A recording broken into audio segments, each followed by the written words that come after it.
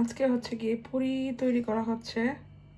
এখানে হচ্ছে গিয়ে ডাল শুকনা শুকনা করে রাখলাম, এখানে হচ্ছে গিয়ে আটা মেখে রাখলাম, তেল বসিয়ে দিলাম। এটা হচ্ছে গিয়ে এভাবে তৈরি করা হচ্ছে আর কি, সম্পূর্ণ রেডি তেলে দেওয়ার জন্য। এখন হচ্ছে গিয়ে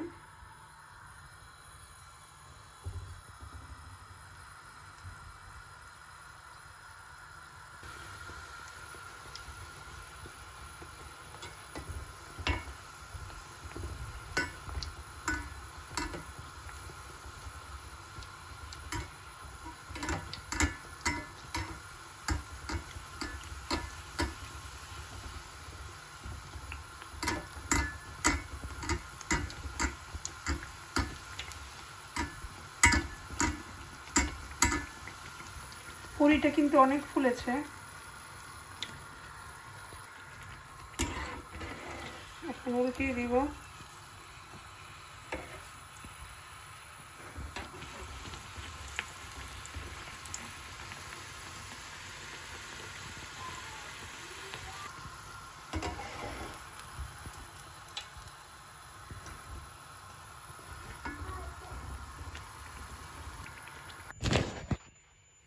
এই যে পুরিটা কিন্তু একদম পারফেক্ট সুন্দরভাবে ভাজা হয়ে গিয়েছে।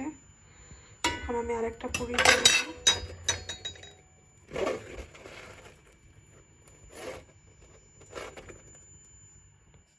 এই যে এখন আরেকটা দিতেছি।